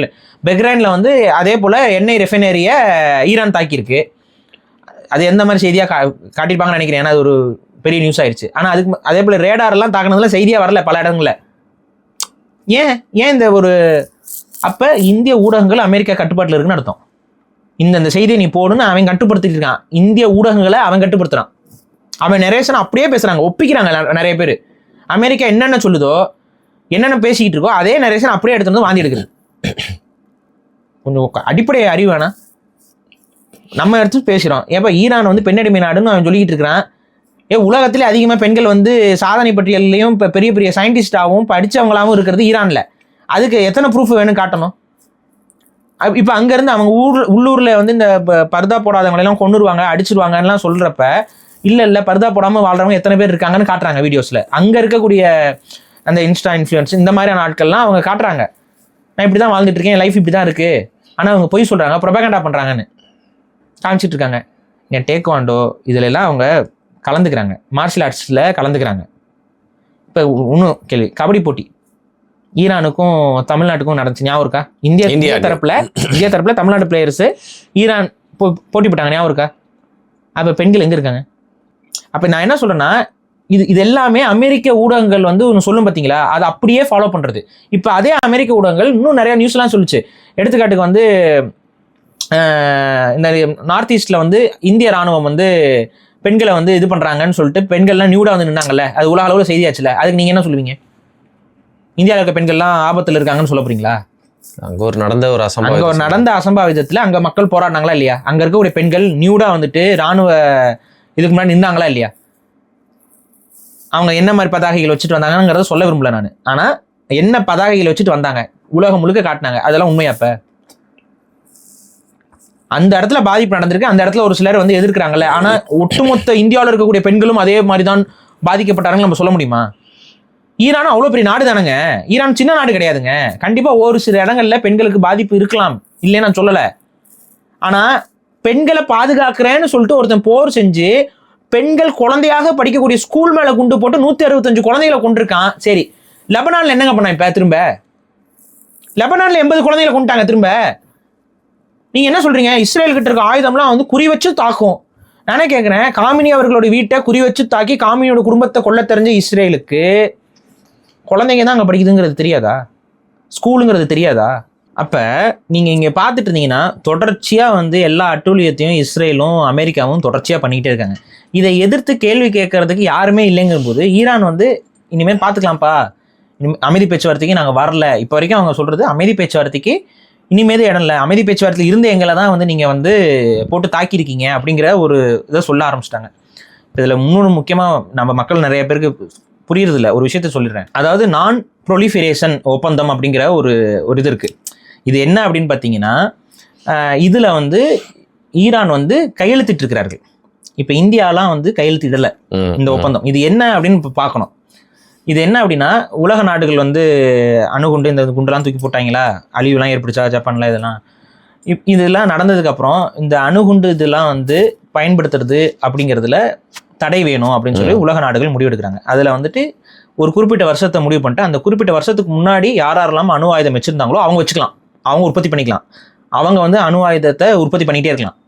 ஆனால் புதுசாக வரக்கூடிய நாடுகள் அணு இதை வந்து எனர்ஜிக்கு மட்டும்தான் பயன்படுத்தணும். இப்போ இதெல்லாம் யுரேனியம் கொடுத்தாங்க, இது பண்ணாங்கன்னா அதை வச்சு அவங்க கரண்ட் எடுத்துக்கலாம், இது பண்ணிக்கலாம், எல்லாம் செய்யலாம், அதுக்கு சப்ளை இருக்கும். ஆனால் அவங்க எக்காரணத்துக்கு கொண்டு அதை வெப்பனைஸ்டாக பயன்படுத்தக்கூடாது, அணு ஆயுதங்கள் தயாரிக்கக்கூடாதுங்கிறது தான் அந்த நான் இது. எதுக்குன்னா உலகத்தை நாங்கள் பாதுகாக்க போகிறோம் அப்படிங்கிற ஒரு கோஆபரேஷனுக்கு உருவாக்கப்பட்டது. இதில் ஈரான் ஒப்பந்தத்தில் கையெழுத்து செய்த நாடு, கையெழுத்து பண்ணியிருக்கிறாங்க. ஓகே, இந்த ஒப்பந்தத்தை மீறக்கூடாது அந்த நாடுகள் கையெழுத்து போட்டது. இந்தியாலாம் ஒப்பந்தத்தில் கையெழுத்தே போடல. இந்தியா தெளிவாக சொல்லிடுச்சு இந்த ஒப்பந்தத்துக்குள்ள வர முடியாது, ஏன்னா இது ஒரு பாரபட்சமான ஒப்பந்தம். இந்தியாவுக்கு ஒரு காலத்துல நல்ல தலைமைகள் இருந்ததன் அடிப்படையில தைரியமாக எப்பா நீ யாரா எங்களை நாங்க ஆயுதம் தயாரிப்போம், எங்களுக்கு இருக்கிறது யுரேனியத்தெல்லாம் பயன்படுத்தி நாங்கள் ஆயுதம் தயாரிப்போம், இந்த ஒப்பந்தத்தில் நாங்கள் கையெழுத்திட மாட்டோம்னு துணிவோடு நின்ற நாடு, நின்று கொண்டு இருக்கிற நாடு. இன்னைக்கு கூட போய் நீங்க வந்து கையெழுத்து போட்டுடலாம், ஆனா இன்னைக்கு வரைக்கும் எங்களுக்கு தேவைப்பா அப்படின்னு நம்ம நிக்கிறோம். அப்ப ஈரான் வந்து அணு ஆயுதம் நாங்கள் தயாரிக்க மாட்டோம்னு கையெழுத்து போட்ட நாடு. இப்ப இஸ்ரேல் என்ன? இஸ்ரேல் அப்படி கையெழுத்து போட்டிருக்கா? இஸ்ரேல் கையெழுத்து போடல. இஸ்ரேல் தயாரிச்சும் வச்சிருக்கிறார்கள், அணு ஆயுதம் தயாரித்து கொண்டே இருப்பார்கள், இந்தியாவும் தயாரித்துக்கிட்டே இருக்கும். ஆனா ஈரான் வந்து நாங்கள் தயாரிக்க மாட்டோம்னு ஒப்பந்தத்துல கையெழுத்து போட்டிருக்கிறார்கள். சரி, இது ஒண்ணா. அடுத்து இது ஏங்க சரி அவங்க கையெழுத்து போட்டு அவங்க நடிக்கலாம்ல, ஏமாத்தலாம்னா அப்படிலாம் ஏமாற்ற முடியாது. காரணம் என்னன்னா, ஒரு நாட்டுக்கு எவ்வளவு யுரேனியம் கொடுக்கப்படுகிறது, அந்த யுரேனியத்தை அவர்கள் ஒழுங்காக பயன்படுத்துகிறார்களா, எந்தெந்த இடத்துல வைத்து அதை பயன்படுத்திக்கிறார்கள்ங்கிறது எல்லாத்தையும் ஒரு ஏஜென்சி கிட்ட காட்டணும். அந்த ஏஜென்சி என்னன்னா IAEAன்னு சொல்லுவாங்க, இன்டர்நேஷனல் அட்டாமிக் எனர்ஜி ஏஜென்சி. இவங்க வந்து என்ன பண்ணுவாங்கன்னா, இவங்க கிட்ட சயின்டிஸ்ட் இருப்பாங்க, எல்லாம் இருப்பாங்க. இவங்க என்ன செய்வாங்கன்னு பார்த்தீங்கன்னா, எவ்வளோ யுரேனியம் எவ்வளோ வந்து கதிரியக்க பொருட்கள் இவங்களுக்கு கொடுக்கப்பட்டது, அந்த கதிரியக்க பொருட்களை அவங்க எங்க வச்சிருக்கிறாங்க, அது எந்த நிலைமையில இருக்கு, அது அணு ஆயுதத்துக்கு இப்ப ரியாக்டருக்கு பயன்படுத்தும் போது அதோடைய கதிரியக்க தன்மை ஒரு மாதிரி இருக்கும், அணு ஆயுதத்துக்கு அதை பயன்படுத்திங்கன்னா அதோடைய கதிரியக்க தன்மை வேற மாதிரி இருக்கும். அப்போ அதன் மூலமாக என்ன கண்டுபிடிப்பாங்கன்னா அந்த ரேடியேஷன் பேட்டர்ன்ஸை வச்சு போய் ஆய்வு செய்வாங்க. அவங்களோட நியூக்ளியர் ஃபெசிலிட்டிஸ் எல்லாம் போய் ஆய்வு செய்வாங்க. ஆய்வு செஞ்சு இவங்க வந்து யுரேனியத்தை மிஸ்யூஸ் பண்ணுறாங்க, இவங்க வந்து ஆயுதம் தயாரிக்கிறதுக்கு வேலை செய்கிறாங்க, இவங்க வந்து வேலை செய்யலை அப்படிங்கிறத ஆய்வுக்கு உட்படுத்துவாங்க. இது வந்து அந்த ஏஜென்சி பண்ணும். இந்த ஏஜென்சி ஒரு நாட்டுக்கு உள்ளே வந்து ஆய்வு செய்யும். இதை இஸ்ரேல் அனுமதிக்குமா? கண்டிப்பாக. இந்தியா அனுமதிக்குமா?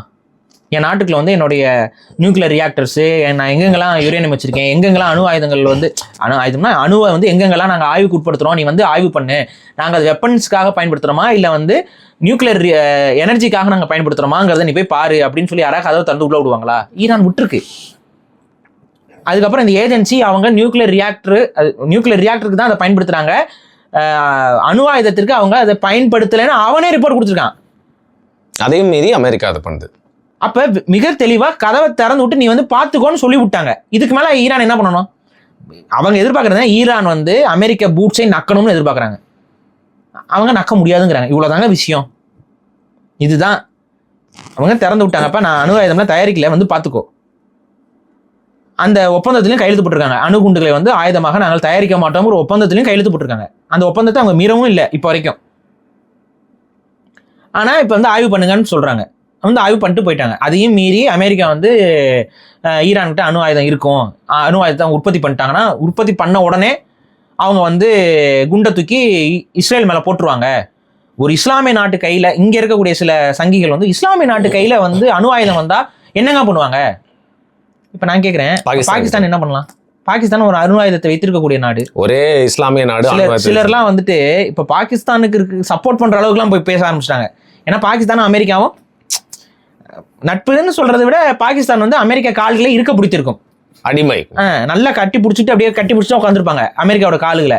இப்போ அமெரிக்காவோட காலுகளை கட்டி பிடிச்சிருக்கக்கூடிய பாகிஸ்தான் ஒரு இஸ்லாமிய நாடுகளாகவே இருந்தாலும் அதுக்கு அணு ஆயுதத்தை வைத்துக் கொள்ளுடைய உரிமையை வந்து முழுமையாக எந்தவித பிரச்சனையும் இல்லாமல் அமெரிக்கா அனுமதிக்குது.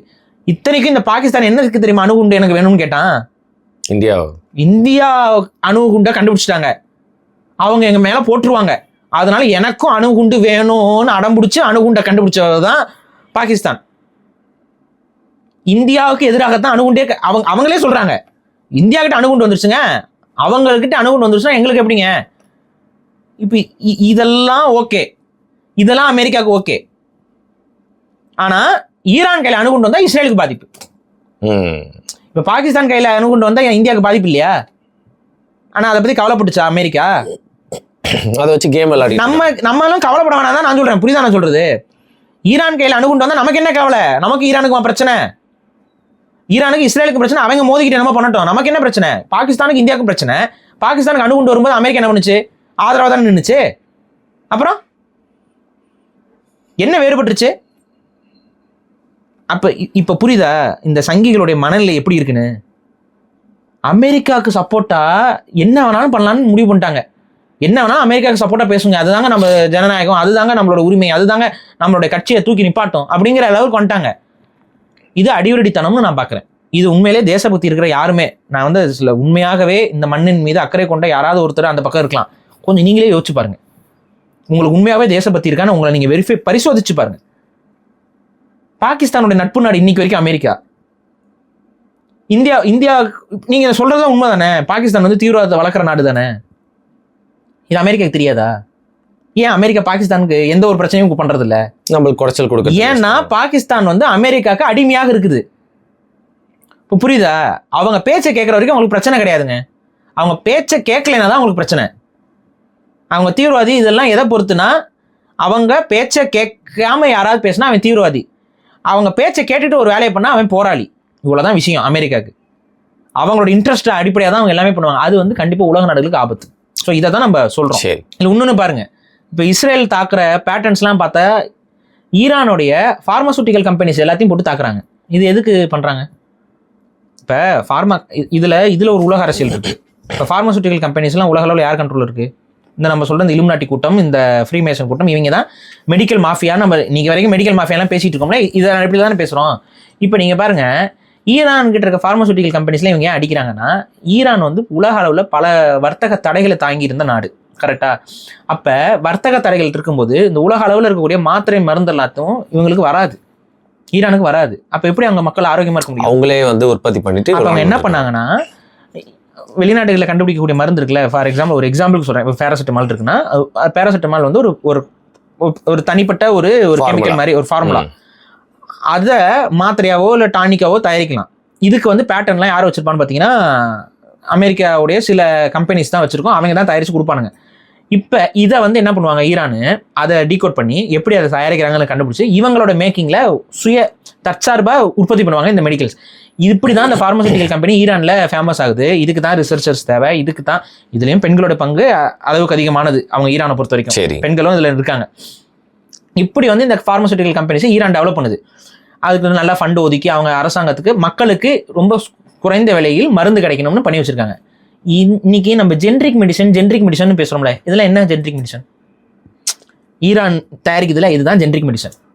அதாவது ஒரு பர்டிகுலர் பிராண்டுக்கு காசு கொடுக்காம அந்த ஒரு ஃபார்முலாவை பயன்படுத்தி நம்ம வந்து சுயமாகவே மருந்து தயாரிக்கிற தன்மையில் ஈரான் வந்து நிறைய ஃபார்மசூட்டிக்கல் கம்பெனி உருவாக்கியிருக்கு.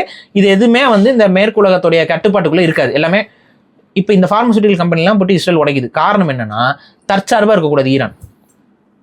இப்போ ஃபார்மசூட்டிக்கல் கம்பெனிலாம் அழிச்சோம்னா நாளைக்கு அவங்க மக்களுக்கு ஏதாவது நோயோ இதோ வரும்பொழுது அவங்களால அவங்க மக்களை காப்பாற்ற முடியாது. அப்போ அந்த தற்சார்புங்கிற அந்த தன்மையை உடைக்கணுங்கிறது தான் இஸ்ரேலுடைய அணுகுமுறை. அப்போ ஈரான் வந்து சுயமாக இப்போ நேற்று ட்ரம்ப்போடைய அறிக்கை பார்த்தீங்களா, ஈரானை வந்து நாங்கள் ஒன்றும் இல்லாமல் பண்ணிடுவோம், ரத்த ஆறு ஓடும்னு பேசியிருக்காப்புல வெளிப்படையா. ஆனால் அப்படிலாம் நடக்காமல் பார்த்துக்கோங்க. மிரட்டல் எப்படி அப்படி நடக்காமல் பார்த்துக்கோங்க. இப்போ அவங்க ஈரான் தரப்புலேருந்து என்ன சொல்கிறாங்கன்னா, நாங்கள் செத்தாலும் சாவமே தவிர்த்து உனக்கு காலை விழுக மாட்டோம் அப்படின்ட்டாங்க. நாங்கள் சாவறோம்டா, வீரனாவே செத்துட்டு போகிறோம் அப்படிங்கிற லெவலுக்கு வந்துட்டாங்க. அவங்களுடைய உணர்வு அப்படி தான் இருக்குது. இப்போ இன்னொரு சிக்கல் என்னன்னு பார்த்தீங்கன்னா, நம்மளுடைய அந்த ஸ்டேட் ஆஃப் ஹமோஸ் இருக்குல்ல, அந்த ஹமோஸை வந்து லாக் பண்ணிட்டு இருக்கு ஈரான்.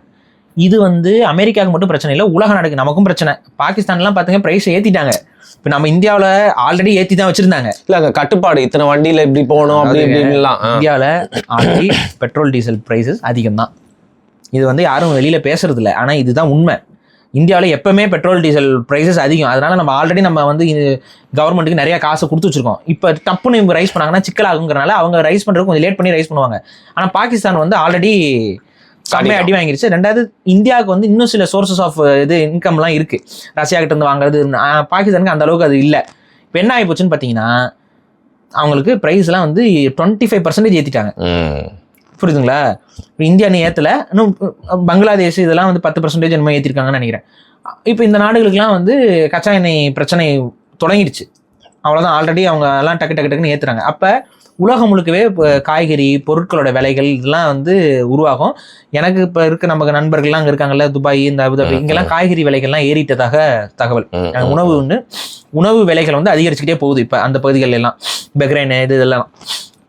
இப்போ வேற வழி இல்லை. இப்போ பிரான்ஸ் என்ன பண்ணுதுன்னா, இது எதுக்கு இதை பண்ணுதுன்னு தெரியல. பிரான்ஸ், நாங்கள் வந்து கப்பல் அனுப்புகிறோம், ஒரு விமானம் தாங்கி போர்க்கப்பல், எத்தனையோ ஹெலிகாப்டர்ஸு, அதுக்கப்புறம் எத்தனையோ 8 கப்பல்கள், போர்க்கப்பல்கள், ஒன்று அதில் விமானம் தாங்கி போர்க்கப்பல், இதை நாங்கள் அனுப்பி இந்த ஸ்டேட் ஆஃப் ஹார்மஸும் நாங்கள் ஓப்பன் பண்ண போகிறோம், யார் என்ன பண்ணுறான்னு பார்த்துக்குவோம் அப்படின்னு சொல்லிட்டு ஃப்ரான்ஸ் வந்து அறிவிப்பு கொடுத்துருக்குறாங்க. அவங்க போர் தான் அனுப்புகிறாங்க. இப்போ ஃப்ரான்ஸுக்கும் ஈரானுக்கும் முட்டும். இப்போ அங்கே அந்த கப்பல்கள் வந்துச்சுன்னா இப்போ ஃப்ரான்ஸ் கவர்மெண்ட்டை அடிக்கும், ஈரான் கவர்மெண்ட்னா இந்த சென்ஸ் அந்த கப்பல்கள் அடிக்கும். இந்த கப்பல் அடிச்சா திரும்ப ஃப்ரான்ஸுக்கும் உள்ள இறங்கும் போர்ல. ஸோ இப்போ இது என்னன்னா, உலக போர் ஸ்டார்ட் பண்ணுறதுக்கு எல்லா வேலையும் பண்ணிகிட்டே இருக்காங்க. இது அமைதியாக இந்த ஸ்ட்ரெய்ட் ஆஃப் ஹார்மஸை தடை செய்யாதீங்க அப்படின்னு சொல்லி ஈரான் கிட்ட பேச்சுவார்த்தைக்கு எல்லாம் இறங்கினா மட்டும்தான் இது நடக்கும். அவங்க என்ன சொல்லுவாங்க, இத்தனை ஆண்டுகளுக்கு நீங்கள் போர் செய்யக்கூடாது, இத்தனை ஆண்டுகளுக்கு எங்களுக்கு இந்த தடையெல்லாம் போடக்கூடாதுன்னு ஒப்பந்தம் போட்டு இது முடிச்சாதான் இது முடிவுக்கு வருமே ஒழிய, இப்படியே மாறி மாறி அடிச்சுக்கிட்டு இருந்தால் உலக போரை ஸ்டார்ட் பண்ணி விட்டுருவாங்க. புரியுது. உலக போர் ஸ்டார்ட் ஆயிடுச்சுன்னா நமக்கு எல்லாருக்கும் முடியாதுங்க, வாழ நிம்மதியாக இருக்க முடியாது, எல்லாமே லாக் ஆயிரும். அது உங்களுக்கு புரிய மாட்டேங்குது. சிலர் என்ன சொல்றாங்கன்னா, அமெரிக்கா தரப்புல தோல்வியே இல்லைங்க, நம்ம ஸ்ட்ராங்காக முன்னேறிட்டு இருக்காங்கன்னு வெறும் அமெரிக்க செய்திகளை பார்த்துட்டே இருக்காங்க. ஒரே ஒரு கேள்வி அவங்களுக்குலாம், இப்போ எதுக்கு சவுதியில இருந்து அமெரிக்க தூதர்களை வெளியேற சொல்லியிருக்குது அமெரிக்கா? பாதுகாப்பற்ற சூழ்நிலை இருக்கு. அப்ப சவுதியில பாதுகாப்பு இல்லாத ஒரு சூழல் உருவாகுதுங்கிறது அமெரிக்க தெரியுது. அதனால என்ன பண்றாங்க, ராணுவத்தையும் அவங்களுடைய தூதர்களையும் அவங்க வெளியில, ஆல்ரெடி வந்து சவுதி கவர்மெண்டே சொல்லியிருக்கு, அமெரிக்காவுக்கு வந்து இஸ்ரேலை பாதுகாக்கிறதுக்கு தான் நேரம் இருக்கு, எங்களை பாதுகாக்கிறதுக்கு கவலைப்பட மாட்டாங்க. அதனால நாங்க சவுதி கவர்மெண்ட் வந்து புதுசா ஒரு ராணுவத்துக்கு எத்தனையோ பேரை வந்து நாங்க வேலைக்கு எடுப்போம் அப்படின்லாம் சொல்லியிருக்காங்க. அது நடக்கும்னு நினைக்கிறேன். எனக்கு தெரிஞ்சு மோஸ்ட்லி இந்தியால இருந்தே எடுப்பாங்க. ஏன்னா நம்பர்ஸ் இல்ல. ஸோ மோஸ்ட்லி வந்து இந்தியால இருந்து ஆர்மி ரிட்டையர்டு ப்ரொஃபஷனல்ஸ் இவங்க எல்லாருமே ரிட்டையர்ட்னா இந்த சென்ஸ் வாலண்டியர் ரிட்டையர்லாம் வாங்க, நான் அதிகமாக சம்பளம் கொடுக்குறேன் வாங்கன்னு சொல்லி கூப்பிட்டாலும் கூப்பிடும் சவுதி அரேபியா. அதுக்கு ஒரு வாய்ப்பு இருக்கு, வேலை வாய்ப்பு திறக்கிறதுக்கு வாய்ப்பு இருக்குன்னு நினைக்கிறேன். ஸோ பேசிக்காக என்னன்னா அவங்களுக்கான ராணுவத்தை அவங்க கட்டமைக்கணும்னு இப்போ சவுதி அரேபியா சொல்லியிருக்கு. எதனால? அமெரிக்க ராணுவம் பத்தலை, உதவிக்கு உண்மையாக வரலைங்கிறது தான் அவங்களோட பாயிண்ட் ஆஃப் வியூ. இப்போ அங்கே சவுதி அரேபியால இருந்து நாங்கள் வந்து தூதரர்கள்லாம் வந்துருங்கன்னு சொல்லி அமெரிக்கா கூப்பிட்டுருக்கு. ஸோ இது என்ன, இதே தான் உணர்த்துது. இந்த போரில் வந்து அமெரிக்கா சைடால வெற்றியே போயிட்டு இருக்கா? கிடையாது. இது வந்து பேலன்ஸ்டாக தான் போகுது இந்த போர். ஆனால் கண்டிப்பாக அமெரிக்காங்கிற ஒரு பெரிய நாட்டை ஈரானுங்கிற ஒரு நாடு, அது ரெண்டாவது அமெரிக்கா மட்டும் அது எதிர்க்கல. எத்தனை நாட்டை எதிர்க்குது பாருங்க ஈரான். இவ்வளோ நாட்டை எதிர்த்து அது தாக்கு பிடிக்கிறதே பெரிய விஷயங்க. அது தாக்கு பிடிச்சிட்டு இருக்குன்னா அதோடைய பலத்தை நீங்கள் பார்த்துக்கோங்க. அதுக்காக ஈரான் வந்து எல்லாத்தையும் அழித்து விடும் ஊயெல்லாம் நம்ம சொல்லலை. ஆனால் மானத்தோட அவங்க செயல்படுறாங்க, மானத்தோட அவங்க சண்டை போடுறாங்க. அதை தான் நம்ம இங்கே பதிவு பண்ணுறோம். இப்போ இதில் இன்னொரு ட்விஸ்ட் இருக்கு. டர்க்கி, அசர்பைசான், அதுக்கப்புறம் வந்துட்டு ஓமன். இந்த டர்க்கி வந்து ஈரானுடைய நட்பு நாடுன்னு சொல்ல முடியாது, பட் அமெரிக்காவுக்கு எதிரி நாடுன்னு சொல்லலாம். டர்க்கி வந்து ஓரளவுக்கு அமெரிக்காவுக்கு எதிராக இருக்கும். ரெண்டாவது வந்து ஈரானோட பெருசா பிரச்சனை பண்ணிக்கிற இதுல இல்லை. அதுக்கு காரணம் பார்த்தீங்கன்னா ஈரானுக்கும் டர்க்கிக்கும் சில இடங்கள்ல பொதுவான பிரச்சனைகளும் இருக்கு. ஃபார் எக்ஸாம்பிள் இந்த குர்திஸ்தான் பிரச்சனை, புரியுது. இந்த இதெல்லாம் வந்து குர்திஸ்தான்ங்கிறது வந்து டர்க்கியில் இருக்க நிலப்பகுதி, ஈரான்ல இருக்க நிலப்பகுதி, இதெல்லாத்தையும் உள்ளடக்கிய ஒரு பகுதி, குர்தி மக்கள் வாழக்கூடிய பகுதி. அவங்க வந்து ஆயுத போராட்டம் பண்றாங்க. அந்த குருதி பகுதி, அந்த குருதி மக்களுடைய போராட்டம் அது தனியா இருக்கு. அது ஒரு போராட்டம். அந்த குர்திஸ்தான் போராட்ட வீரர்களுக்கும் நம்மளுடைய புலிகளுக்குமே நெருங்கிய பழக்கம் உண்டு. அதனாலதான் ஈரானுக்கும் ஒரு பிரச்சனை இருக்கிறதுக்கு காரணம் இதுவும் ஒரு காரணம். குர்திஸ்தான் போராளிகளுக்கும் இவங்களுக்கும் தொடர்பு இருந்துச்சு. இப்ப இந்த குர்திஸ்தான் போராளிகள் இருக்காங்கல்ல, இவங்க வந்து பாத்தீங்கன்னா டர்க்கிலையும் இருக்கிறாங்க, ஈரான்லயும் இருக்கிறாங்க. ரெண்டு எல்லை பகுதியில் இருக்கும். அது ஆக்சுவலாக டர்க்கியில தான் கொஞ்சம் அதிகமாக இருக்கும் அந்த எல்லையே. அப்போ அந்த மாதிரியான விஷயங்கள்ல இந்த இவங்களோட ஈரான் அண்ட் டர்க்கி வந்து சில ஒரு ஜாயிண்ட் ஆப்ரேஷன்லாம் வந்து நடத்திக்கிட்டு இருக்கிறாங்க. அது இப்போ இந்த அடிப்படையில் வந்து டர்க்கிக்கும் ஈரானுக்கும் சில பிரச்சனைகள் இருந்தாலும் அவங்க நட்பு நாடுன்னு சொல்ல முடியாது, பகை நாடுன்னு சொல்ல முடியாது. ஒரு மாதிரி நியூட்ரல் ஸ்டேட்ஸ் அவங்க ரெண்டு பேரும். சில நேரத்தை குடிக்குவாங்க, சில நேரம் போயிடுவாங்க. இப்போ என்ன நடந்திருக்குன்னா டர்க்கியில் ஈரான் தாக்குதல் நடத்திருக்கு. அடுத்து அசர்பைசான் உங்களுக்கு தெரியும், அசர்பைசான்லையும் தாக்குதல் நடத்திருக்கு. இன்னொன்று பார்த்தீங்கன்னா ஓமன் வந்து ஆக்சுவலாக ஈரானுடைய நட்பு நாடு. ஓமன் மேலேயும் தாக்குதல் நடத்திருக்கு. இதுல டர்க்கி மட்டும் ஈரானை வந்து கேள்வி கேட்டிருக்கிறாங்க, மித்த ரெண்டு நாடும் வந்து சொல்லல. இதுல ஈரான் தரப்புல இருந்து ஒரு அபிஷியலாக ஒரு ஸ்டேட்மெண்ட் வந்துருக்கு. என்ன தெரியுமா? நாங்க டர்க்கியை தாக்கவில்லை, நாங்க ஓமனை தாக்கவில்லை, நாங்கள் அசர்பைசானை தாக்கவில்லை, நீங்கள் எல்லாம் எங்களுக்கு நட்பு நாடுகள், உங்களை நாங்கள் ஏன் தாக்க போகிறோம், உங்களை தாக்க வேண்டிய அவசியம் எங்களுக்கு இல்லவே இல்லை அப்படின்னு அறிவிப்பு கொடுத்துருக்காங்க. ரெண்டாவது என்ன சொல்லியிருக்காங்கன்னா, இது எல்லாம் இஸ்ரேலுடைய ஃபால்ஸ் ஃபிளாக் ஆபரேஷன், ஈரான் பண்ற மாதிரி காட்டுறாங்க. ஈரான் பண்ற மாதிரி வந்து இப்போ அவங்க தாக்குதலை பண்ணிக்கிட்டு கடைசியில் ஏவுகணை வந்து ஈரான் ஏவுகணைன்னு சொல்லி நம்ப வைக்கிறதுக்கு பார்க்குறாங்கங்கிறது. இது வந்து இந்த போர் தொடங்கின காலகட்டத்திலேயே சில இடங்கள்ல மிசைல்ஸ் வந்து ஆப்போசிட் டைரக்ஷன்ல வருதுன்னு ஒரு செய்தி வந்து பச்சு. சில அரபு நாடுகளில் விழுந்த மிசைல்ஸ் வந்து ஈரான் பகுதியில தான். இப்போ மிசைல் வந்து ஈரான்ல இருந்து வராங்கன்னா ஈரான் சைட்ல தானே வரணும். ஆப்போசிட் இஸ்ரேல் சைட்ல இருந்து மிசைல் வந்து விழுந்திருக்கு, கேட்டா ஈரான் தாக்குச்சுன்னு சொல்றாங்க. எப்படி சுத்திட்டு வருமா? அப்ப இதுல வந்து இந்த ஃபால்ஸ் ஃபிளாக் ஆபரேஷன்களுக்கு பெயர் போன கூட்டம் நம்ம மொசாது கூட்டம். இந்த மொசாது இந்த வேலையை பண்ணதான் செய்யும். ஸோ அவனை பொறுத்த வரைக்கும், இஸ்ரேலை பொறுத்த வரைக்கும் ஈரான் மட்டும் கிடையாது, அவங்களுடைய கிரேட்டர் இஸ்ரேல் ப்ராஜெக்ட்னு ஒன்று இருக்கு. நம்மளுடைய சங்கிகள்கிட்ட ஒரு இது இருக்கு பார்த்தீங்களா, அகண்ட பாரதம். அதே போல அகண்ட இஸ்ரேலியம் அப்படிங்கிறது அவங்களுடைய, இஸ்ரேலியம் இல்ல பெட்ரோலியம் எல்லாம் ஒண்ணு தானேங்க. இஸ்ரேலியம் இஸ் ஃபார் பெட்ரோலியம், வேற என்ன? ஸோ அகண்ட இஸ்ரேலியம்னே சொல்லுவோம். அந்த அகண்ட இஸ்ரேலியம் கனவு அவனுக்கு இருக்கு. அந்த அகண்ட இஸ்ரேலியம் என்ன அப்படின்னு பார்த்தீங்கன்னா, அவன் பைபிளில் வர கணக்கு தான். அதில் எகிப்தில் பாதி வந்துடும், அப்படியே அந்த பகுதி ஃபுல்லாக வந்துடும், அரேபியா எல்லாம் உள்ள வந்துடும். அதுதான் அகண்ட இஸ்ரேலியம். அதுதான் அவனோட கனவு திட்டமும் கூட. அதை நோக்கி தான் அவன் நகர்ந்துகிட்டு இருக்கான். இதனால தான் இஸ்ரேலுக்கு வந்து எல்லையே கிடையாது. இப்போ இந்தியாவுக்கு ஒரு எல்லைன்னு இருக்குல்ல, கான்ஸ்டியூஷன் ஒரு எல்லை வச்சிருக்காங்கல்ல, இந்த மாதிரி எல்லையே இஸ்ரேலுக்கு கிடையாது. விஸ்தரிச்சுட்டே இருக்கணும். அவங்களுக்கு தேவைன்னா இதுவும் எல்லை தான், அதுவும் எல்லை தான், அதுவும் எல்லை தான், இவனும் இதுதான், அவனும் இதுதான் சொல்லிட்டு அவங்க வந்துகிட்டே இருப்பாங்க, எங்கே வேணாலும் வருவாங்க. ஸோ இதுதான் நம்ம சொல்றது. ஒரே ஒரு இந்த பிராந்திய அமைதி வரணும்னா இஸ்ரேலை கொஞ்சம் மூடிட்டு இருக்க சொல்லணும். அதை சொல்றதுக்கு இங்கே துணிவான கவர்மெண்ட்ஸு உலக அளவில் பெருசாக இல்லாததன் விளைவு இஸ்ரேல் ஆடான்னு ஆடுது. ஆடுறதோட கூட சேர்த்துக்கிட்டு அமெரிக்காவையும் வச்சுக்கிட்டு ஆடாடுன்னு ஆடுறாங்க. இது இருந்துச்சுன்னா உலகப்போர் நடக்கும். உலக போர் நடந்துச்சுன்னா சம்பந்தமே இல்லாம நம்மளும் அடி வாங்குவோம், பாதிக்கப்படுவோம். போர் வந்து அங்க நடக்குதுன்னு கவலை அப்படி ஜாலியால இருக்காதீங்க. போர் என்னைக்கு வேணாலும் நம்ம வீட்டு வாசலுக்கு வந்து நிற்கும். இந்தியாவில் நமக்கு கல்பாக்கம்னு ஒரு பிரச்சனை இருக்கு, கூடாங்குளம்னு ஒரு பிரச்சனை இருக்கு. இந்த கல்பாக்கம் இந்த கூடாங்குளம்லாம் என்னைக்குமே நமக்கு ஆபத்து தான். நியூக்ளியர் ரியாக்டர்ஸ் என்னைக்குமே நமக்கு ஆபத்து தான். இதே நம்ம திரும்ப திரும்ப சொல்லிட்டு இருக்கிறோம்.